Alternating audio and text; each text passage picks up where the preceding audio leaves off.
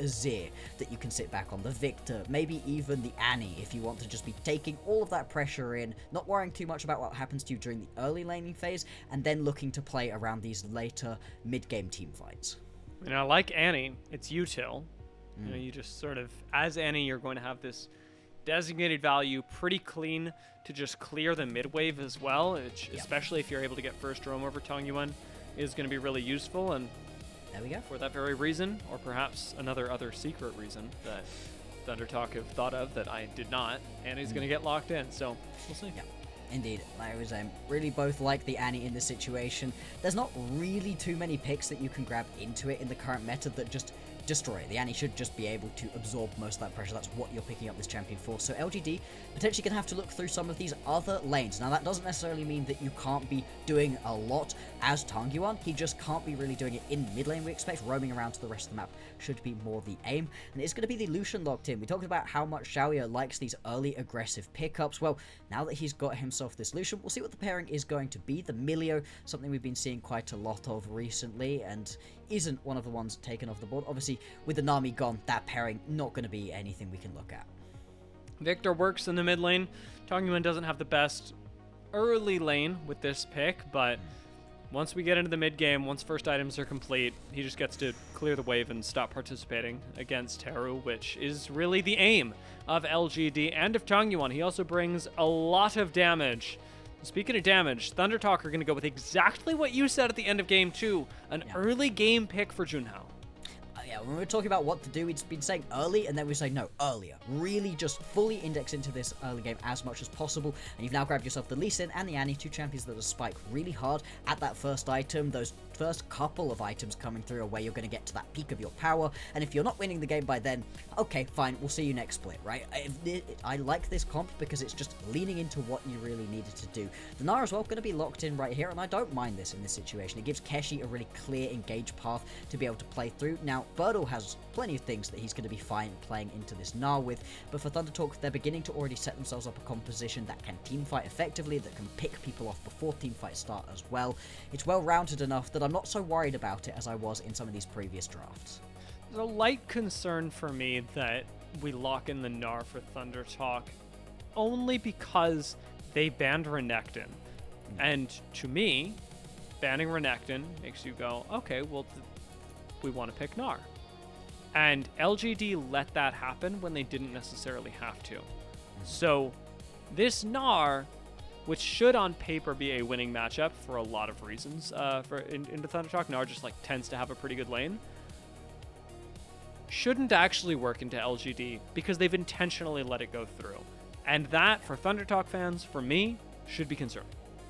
Yeah, it tells you that they have something that they potentially want to be picking up into it. We'll see what the bans are going to be. I'm not entirely surprised to see that Vayne being taken away right there when we're talking about things that could potentially ruin the day of a Gnar.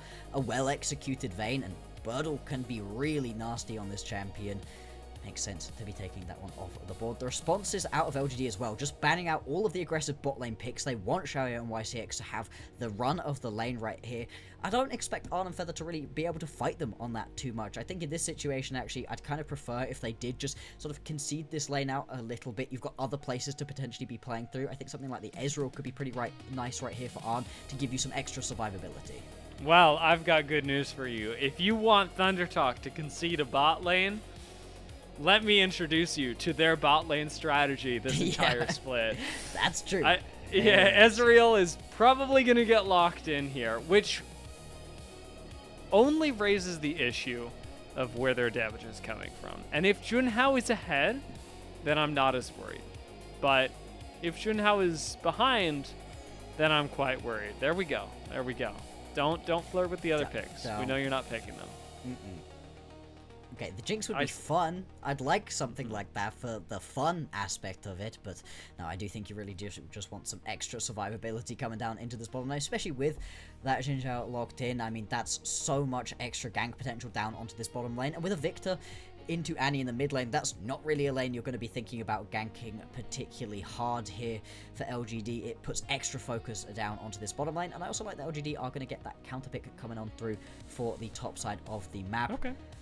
ThunderTalk instead going to go towards the center. Now, that's a pretty weak lane. You are going to get pushed around quite heavily by the Lucian Melia, although there is a chance to be able to fight back, and the center can start doing surprising amounts of damage in these longer, more extended fights in the bottom lane, especially if you want to get a Lee Sin involved. So I don't hate it in this situation, but it is more of the same really, with not looking to take the fight fully to this LGD bot lane. I was wondering if we might end up seeing the Olaf. Let's see if this one's actually going to be locked in, and it is, as one of those pickups that you can absolutely play into the Gnar, that you can take to the Gnar and make the lane matchup very uncomfortable. And LGD, they have decided, hey, we've been playing more of the later game focus, we've had some good early game success, we've had some nice scaling. Early game. Only early game. Yeah, we've got a Victor to play around later on, but that's not really important to us. We want to win through top lane, we want to win through bot lane, and we want to be out of here in 30 minutes. Yeah, somebody's got a hot date tonight. I bet it's Tangyuan. Yeah. Given the way he's been playing. He's feeling good. Yeah. Yeah, that guy's got a dinner to make. For ThunderTalk, I'm going to use this word just because I don't want to think of a better one, but it's not as strong. I hate the Senna here.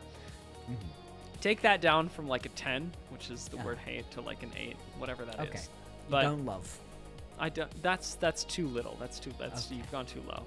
It's not great here for ThunderTalk. It doesn't bring a lot of damage, like you talked about. It doesn't bring a lot of lane presence, but like who cares about that anyway? Because they're gonna lose to Lucian Melia. I could see the benefit of it, but this is basically a lane that isn't going to be pushing, and also hopes that their jungler will win. Just buy it on a binary. Which the let's hope that our jungler does something. Would not indicate is likely. Yeah, so like I mean, why are we gambling on our jungler being able to do damage when our mid laner realistically isn't going to, our top laner realistically isn't going to? So this game becomes Junhao or nothing. It, at the very end for ThunderTalk, becomes only about Junhao, only about their jungler, and that is a risky bet to take when your tournament lives are on the line. Absolutely it is, as we jump on into what could be the third and final game right here between ThunderTalk and LGD.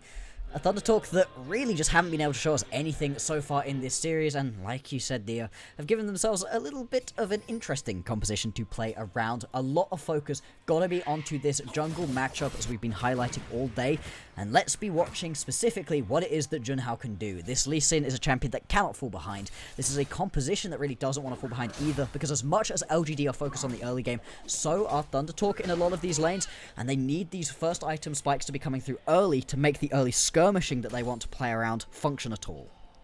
I got to imagine that you're playing Lee Sin, you're starting bot lane, we're counter ganking or ganking top lane at some point. If you can get Olaf behind, I mean, he's pretty squishy early game. You can do a whole lot with very little, because realistically, bot lane not much is happening. I could see mid lane once you hit level 6 for Heru, but I don't know. Yeah, I would agree. I think there's, to be honest, quite a lot of lanes that you can really be looking at right here as LGD, as the bot lane's actually going to continue skirmishing on between themselves. Level 2's ticked on over. With that root coming through, is at least going to stop that full aggression coming through. Still, Feather losing out onto a decent chunk of health, and Junhao now looking for a potential invade. Ward hops over the wall, is spotted. By the way. Seen. If they were looking at that map. Yeah, he must be spotted. He like actually showed up on Heng's screen. Yes. So. Hey, that does not necessarily stop an LPL player from walking up. Sometimes the minion is just whispering to you like the Green Goblin mask. You cannot possibly lose that 1 CS. Fortunately, it isn't going to cost Shaoye and YCX. The gank doesn't ultimately happen. Junhao, credit to him. Running probably the best Lee Sin skin, in my opinion. I mean, it's beautiful. It is, as we wonder what he can do, he's at least going to look flashy doing it. Yes. With a little while left until Junhao really has impact. Clearing out the top side right now, and with the lane expected to push into Keshi, there is going to be an opportunity at around 30 seconds, maybe 40, for Burdol to be ganked. could potentially be the case, although so far Burdol really not enjoying trying to step up too far. He ends up missing that initial undertow, so he loses out on quite a lot of that trade power that he has, especially at this point where Keshi's about to go into Mega. Burdol playing with quite a lot of respect early on, which you have to expect in this situation. And now, through the early game, we haven't seen Heng going for these big invades like we saw in Game 1, like we saw so much success from them early on. And that's just giving some pretty free laning at the moment out onto Junhao, and it looks like he's going to be able to pick himself up a double scuttle as well, so that's really nice. Nice. Yeah, if it's not a gank top lane, which from the way that Keshi was pushing the wave, it doesn't seem like was ever the plan. Double scuttle does really work out in your favor.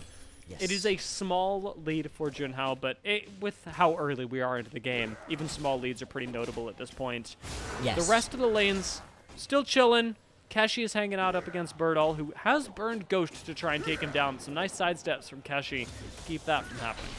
Yeah, I mean, again, the undertow missing, so Burdol just not quite able to get as much going. And the thing with the double scuttle is you're just trying desperately to get to that level 6 as quickly as possible to make your ganks as potent as you need them to be for picking up kills, getting your lanes ahead, and the double scuttle will give you a little bit of an extra leg up on towards getting towards that break point. Reset coming through as well right now from Junhao. Looks to spend a little bit of his gold as Heng gonna get spotted on a ward about to expire in the bottom lane. This could end up wasting a little bit of his time, and again, just allowing Junhao to get this incremental advantage rolling during this early game. He is in the right place with 20 seconds left on Drake. At least scouting out the area, laying down a little bit of vision to make sure that ThunderTalk don't suddenly rush this with the way that Junhao has been playing so far. Junhao notably up towards top lane right now and clearing out his wolves that are about to spawn. But otherwise, it has been a pretty calm early game. Ganks haven't really been it for ThunderTalk, but I'm not really chalking that up to Junhao missing opportunities to do so. The rest of ThunderTalk don't really seem interested in participation from their jungler. Not particularly. These laners seem to be more than happy to just kind of allow the game to continue happening on, and I gotta be honest, as this game goes later and later without too much action happening, I do begin to favor out onto ThunderTalk. They've got a few more champions that like playing further on into the late game, whereas for LGD, the Olaf and the Lucian really just want this early game to happen as much as possible. Keshi jumping away is going to be able to survive, about to go Mega as well, so he can continue to clear out this wave. He does have his jungler in the area though, if you want a lane gank from Junhao. Yeah, Junhao coming up, and Burdol doesn't burn Ragnarok then to get away. Instead is going to be slowed up, stunned, and taken down. First blood and first gank going to Junhao. There we go. This is exactly what we want to see out of ThunderTalk, getting that early kill onto Junhao, getting this Lee Sin rolling. Now looking to potentially rotate on into the mid lane as well. Tangyuan does have flash. No mana, so he is just going to back away nice and early. Nothing happening there, but the early aggression is all I needed to see to have a little bit of extra faith right here into ThunderTalk. Bot lane going all right for ThunderTalk as well, with barriers burned. On is still getting massively outtraded, but that's the reality of the matchup. When you go into Lucian Melio, especially with Senna, damage pretty low at this point, and Heng at least able to answer back for his top laner by taking out the Raptors and forcing Junhao to go straight to Krugs. Dragon's still up, I'll remind everyone, and Heng at least very much aware. Spawned a little while ago, and we've still got plenty of wiggle room as to when this gets taken, but the earlier the better, especially if you are LGD. Yeah, with you wanting to keep the tempo of this game as high as possible, makes sense to be starting up this early Drake. Still, the push in the bot lane isn't as strong as you would have liked, and ThunderTalk are going to be able to rotate multiple members over. The mid laners also start walking their way down, although it looks like Heru is not quite going to be able to get the fast track over towards this Drake as he would have wanted. Junhao is still in the area. This comes down to a smite fight if LGD keep doing it like this, and we're going to keep doing it like this. Smite fight goes their way as LGD pop Crescent Guard to move out as well. And everybody shows up, watches, sees what they get, and backs away. Yeah, I mean, with you picking up the Drake, that is just going to be a good play right here for LGD. If you're at least able to just keep pushing through the mid lane, potentially, out of ThunderTalk, maybe keep the push going bot lane instead, it maybe would have been a little bit of a more even trade. Still, the extra gold is in the back pockets of ThunderTalk after those early couple of plays. Not really going to be resulting in too much so far. We'll see when these components start being picked up in earnest, to see if ThunderTalk are able to keep pulling further and further ahead. Instead, it's just going to be one Drake going on over, and now the grub spawning on the top side of the map. straight on over to them go LGD once again. Yeah, interesting to see that Junhao isn't even contesting this at all. I mean, on Lee Sin, you know there's no Crescent Guard for Heng. I guess you don't have Dragon's Rage either, but you're still honestly quite well positioned should you want to contest for the Void Grubs. Instead, it looks like we are seeing all three go over to LGD, which can really hurt. Oh, well, just two. No, three. Yeah, you're going to be able to grab all three. Now, Burdol stepping up to at least allow his jungler to get away.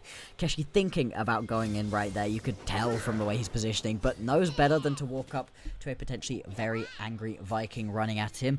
And that is just going to be the grubs going on over. So the early objectives going in the favor of LGD, even if they don't end up with that early kill.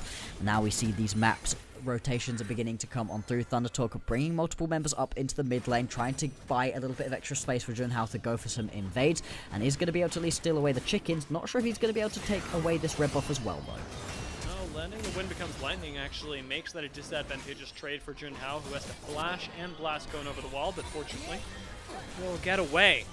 Mid lane has Heru TPing into it, and bot lane has On all alone in the matchup up against Shaoye with Feather. Mid lane to help out Heru. Theoretically escape from this gank, we'll call it. It doesn't go too well for him. Keshi teleports up top lane, is about to go Mega up against Burdol, so Burdol's going to have to turn around, not being able to assassinate the Mini-Gnar. And we are at a funny game state where everybody's trying a lot of things, nothing's really working out, but the science is there. We're going for the aggressive plays. I mean, this is not particularly surprising when you look at what these compositions are. I mean, specifically, looking over at the composition right here out of LGD, where's your lockdown CC coming from? The Gravity Storm? You know, there's a Super Mega Fire Kick. Knock up from Heng.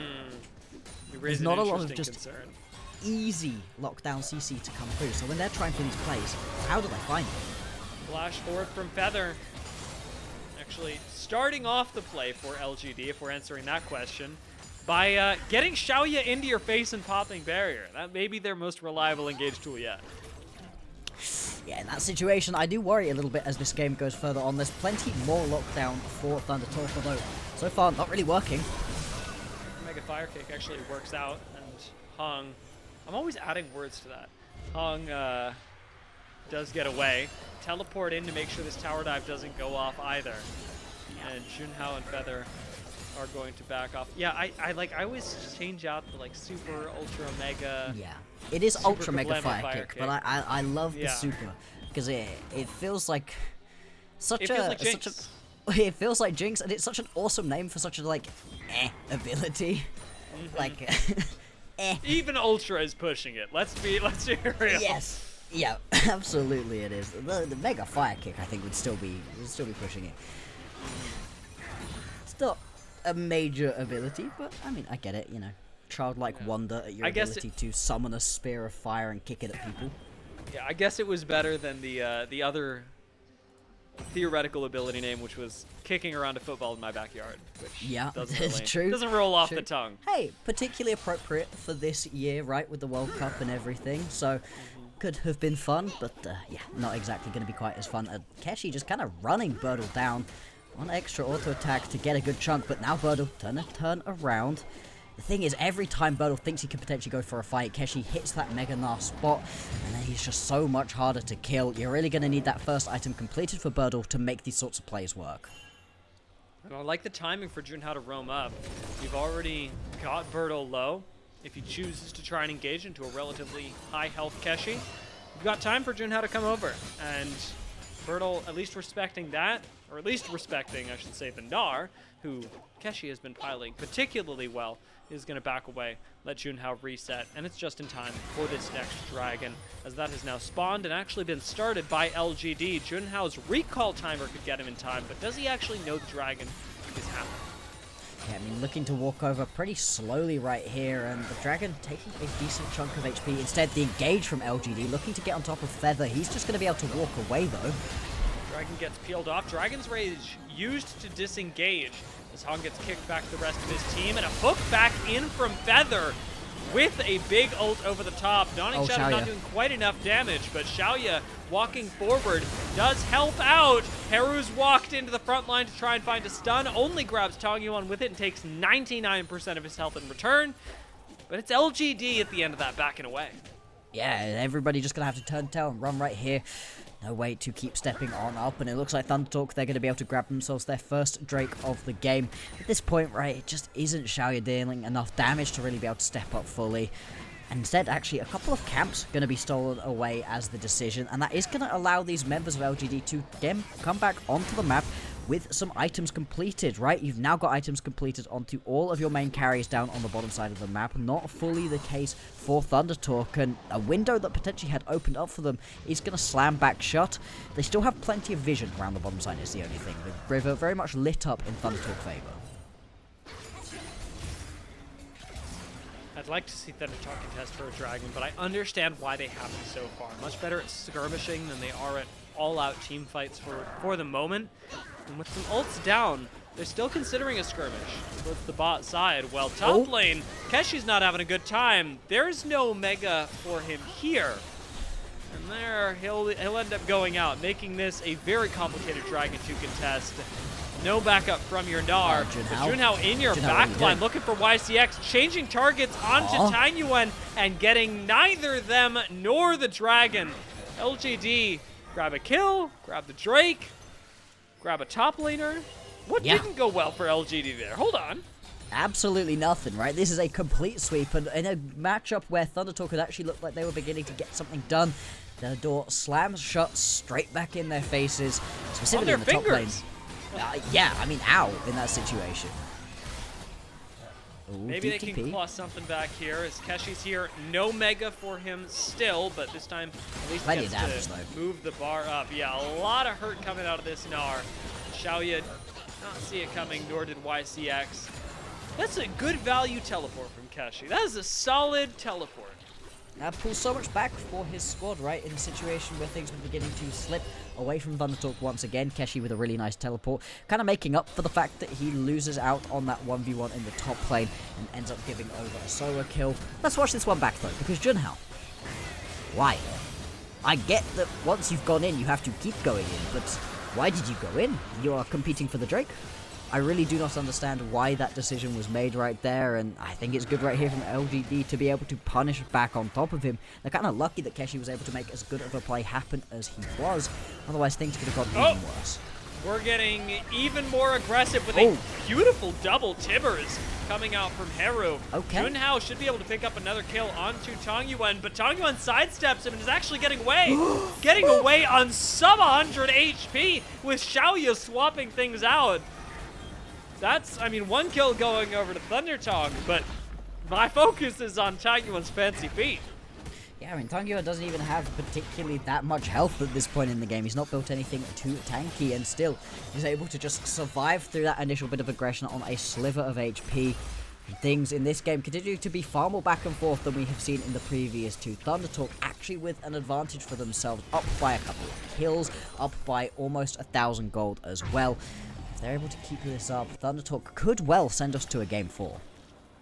And on my goat, up 2 kills right now on Senna.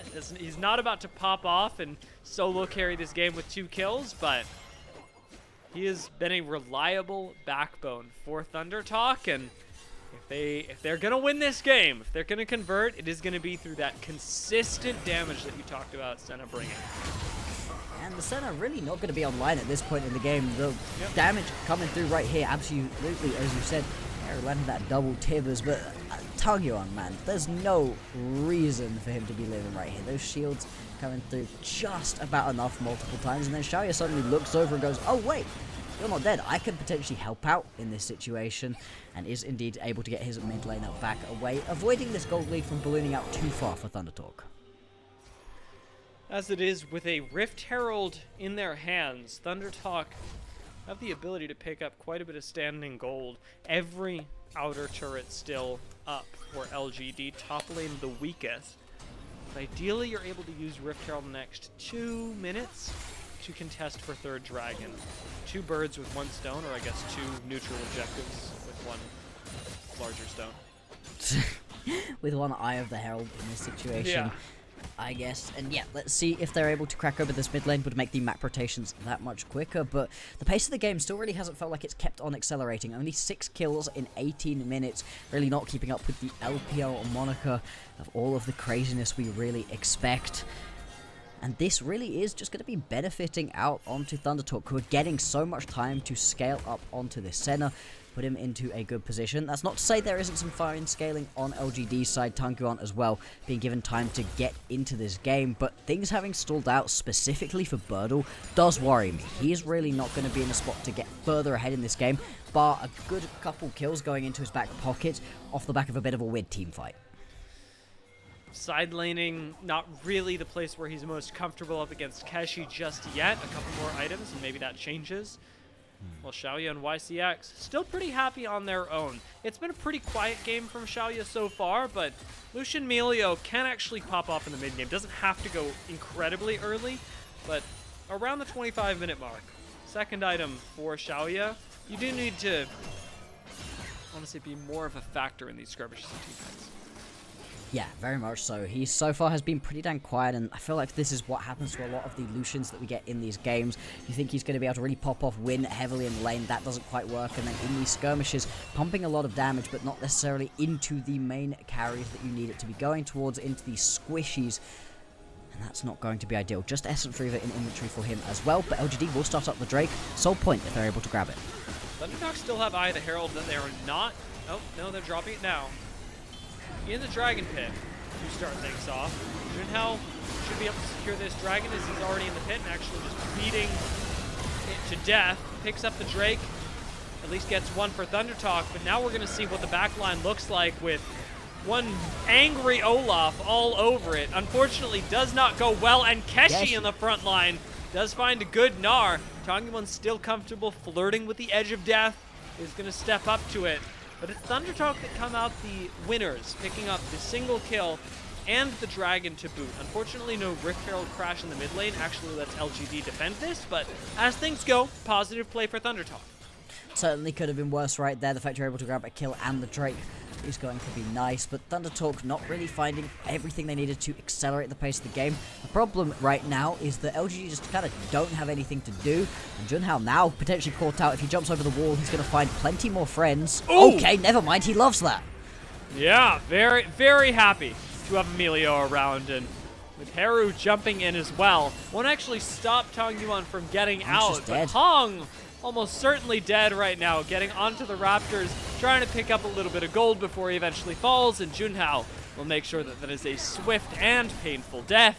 With Baron up 21 minutes into the game and the jungler dead, that's the call for ThunderTalk, turning onto the Baron. There they are, and as you expect, right, without the jungler available, why not try for this one? YCX right now back in base. He's going to have to book it out if he wants to get back in time, but you can see with the lack of hard CC to make any of these engages really happen out of LGD, it just isn't working out so far. The Baron going to go down, believe, half HP, and LGD decide, actually, there's nothing that they can do there, and instead turn eyes towards the mid lane and try to at least crack this mid lane tower. Giving that up for the Baron. An alright trade, but still one that ThunderTalk are definitely winning out on. That is a big play from ThunderTalk, and it starts here with Junhao overextending, but not. Yeah, I mean, as Junhao in this situation, you are incredibly strong, and anytime that the squishy little YCX steps up to you, you know that you can go on in. What also helps out is that you know you've got teleport available as well to bring multiple members in as quickly as you can. Just overload the members of LGD. Heng tries as hard as he can to just delay, buy time for people to respawn, but it's just not going to work out for them right here. And all of a sudden, ThunderTalk are truly showing us signs of life in this game. Perhaps in this series, with 3,000 gold being the lead right now, we'll see what they can do with a Baron. Heng wants it to be nothing, but unfortunately, it's him. They're able to take him out very, very quickly, and ThunderTalk should be able to turn that into a mid lane tower. In the past minute, Heng's been dead for more than half of it, and not having the best time, not having the best game 22 minutes into this. We do have an incredible flank coming out from Burdol. Maybe he's able to chase on down. Maybe he's able to change LGD's fate. Flashing forward, he's going to start things off by trying to eliminate Keshi. An assassination comes in from him. And now, Ragnarok out in the back line. Burdol, left on an island, is ultimately going to give a double kill over to Heru and a team fight win over to ThunderTalk. That play not working out in LGD's favor. Looks like we may just be going to 4 games. I think we are right here, Nia. There's just been nothing available to LGD in this one with the composition, with really not enough CC to make things happen, and didn't find enough of an early lead to make the composition work out. ThunderTalk fully indexing into the early game for themselves through Junhao has worked out great, and you saw in that play, as much as, yes, one person is going to fall to Burdol, he just spends so much time running after people with no ability for anybody else to lock them down. And Junhao says absolutely not, jumping into the backline himself and just wrecking people right here. That kick doing so much work straight on into that charge as well. Oh boy, this game is just falling apart in front of LGD. Yeah, there is way too much happening for LGD to cope with appropriately, like you said, when they don't have a combo stopper, when they don't have one big piece of CC that they can lay down and go, actually, it's our play now. Instead, they are sort of relying on out-muscling their opponents, and that's not something they've been able to do yet. Tangyuan just coming up on 2 items right now.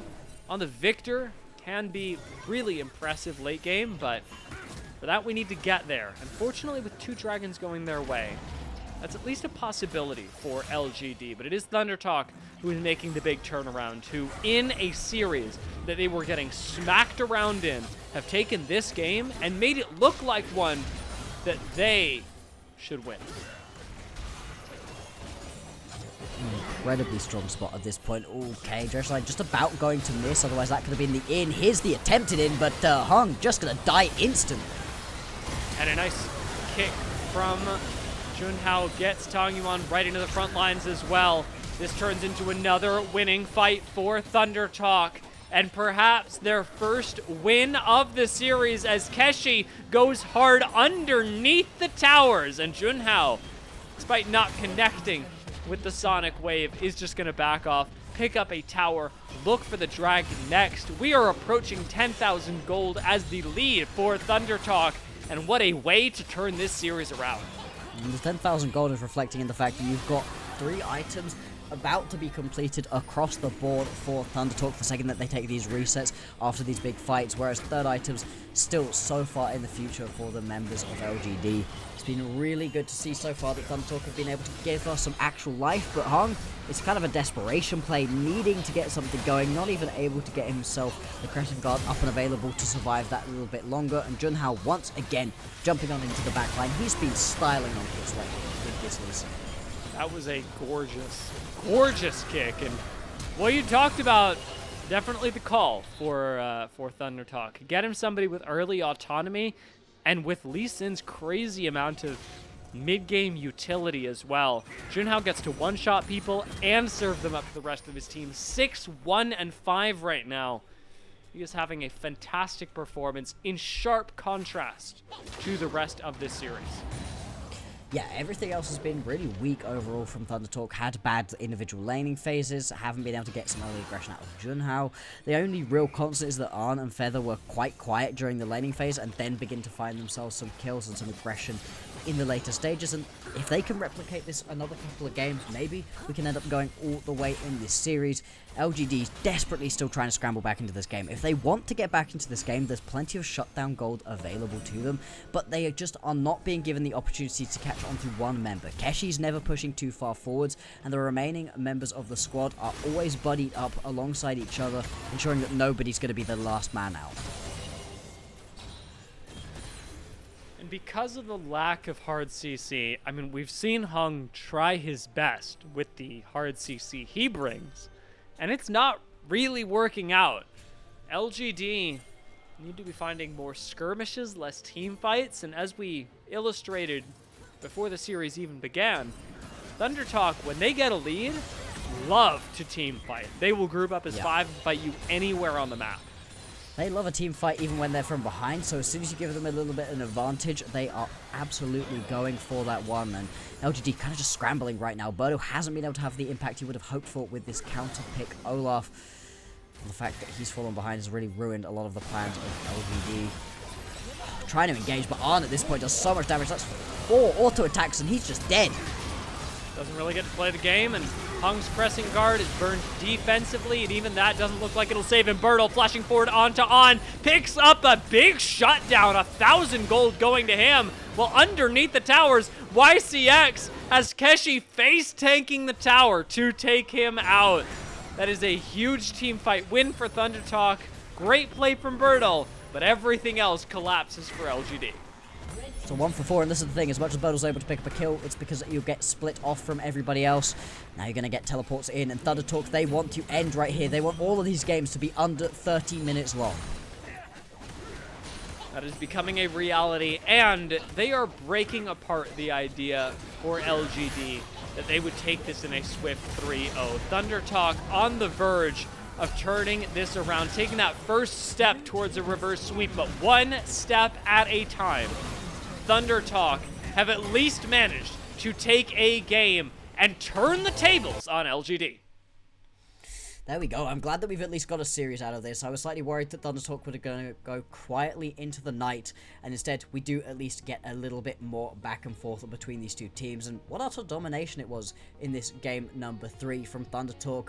Gotta be honest though, the draft was a little bit messy here out of LGD. It didn't really feel like they had much of a strong identity, and the lack of CC really did cost them. It did. I feel bad for Tangyuan. His hot date is going to have to wait a little while longer. With 4 and even 5 games potentially on the horizon, ThunderTalk did not make that game look close. And to me, and from what I heard to you, that all came down to how Junhao performed. Yeah, this was just significantly better out of Junhao. A lot of these previous games, he's felt like a real non-factor. He hasn't been particularly aggressive, hasn't been looking for particularly many ganks or trying to defend his own camps that hard. Heng's really had the run of the jungle in a couple of different matchups. That was absolutely not the case right here in this game number 3. Instead, it was ThunderTalk able to use the tempo of the game to their advantage to find themselves a couple of quick picks. And as much as we weren't thrilled by a lot of the composition, you know, you didn't love the Senna overall, the Senna does its job in just sitting back, absorbing pressure. You don't have to worry about it. Same thing with the Annie, where you don't have to worry about it in the individual laning phase until, of course, Junhao arrives, and then everybody was able to activate what they needed to and help pick up the kills. And really emphasis on help here, because my issue with things like Senna and Annie are that they don't really do a lot of damage. They just sort of help out. Yeah. And Junhao didn't need a whole lot of other people to do damage. I will say Keshi also did quite a bit of damage. Keshi had a pretty good game on Gnar into the Olaf counterpick. As you mentioned, this is probably the best way that this game could have gone for Keshi, especially given the way the first 2 did in his supposedly winning lanes. This one was like an actual winning lane. Yeah, you're giving yourself a real actual chance of success right here to be able to play around, and this is what can happen when you have some actual winning lanes. That being said, the top lane going the way it did is not really what we would have expected. You kind of pick the Olaf encounter right here because you think you can win out. Unfortunately, there was just quite a lot of moments throughout that game where the undertows were not exactly landing. They weren't particularly well aimed. And the second you miss out on that first one, you don't get the slow, you're not able to run down your opponent anywhere near as effectively. And into a Gnar, with the mobility and with the threat of him turning Mega at any point, you have to land that initial bit of damage, or you're just very unlikely to actually get the solo kill. Keshi managing his Gnar bar quite well throughout this game as well. I mean, he had an impressive performance, and certainly by the numbers did a lot of damage. I still come out of this game thinking we're going Junhao MVP. I don't think that there's a way that we give this to Keshi despite his good game. Yeah, I think Keshi could potentially be an ethical pick, but Junhao's going to be picking this one up. As much as maybe there were some other people in this game doing good work, Junhao was the one driving it forward. He was the beating heart of this Unsought squad once again, as we'd been hoping for coming into today. When they beat that one game versus JDG, this is who they were playing around. When they beat IG 3-0 during the play-in stage, this was the player they were playing around. We don't expect the bot lane dominance, we don't expect the laning dominance, but at least getting something going through the jungle is a way for this team to play. Running that highlight with a Junhao MVP is an interesting choice. I think I know what they're going for. They're going for... Wait. Are we giving the MVP to Keshi?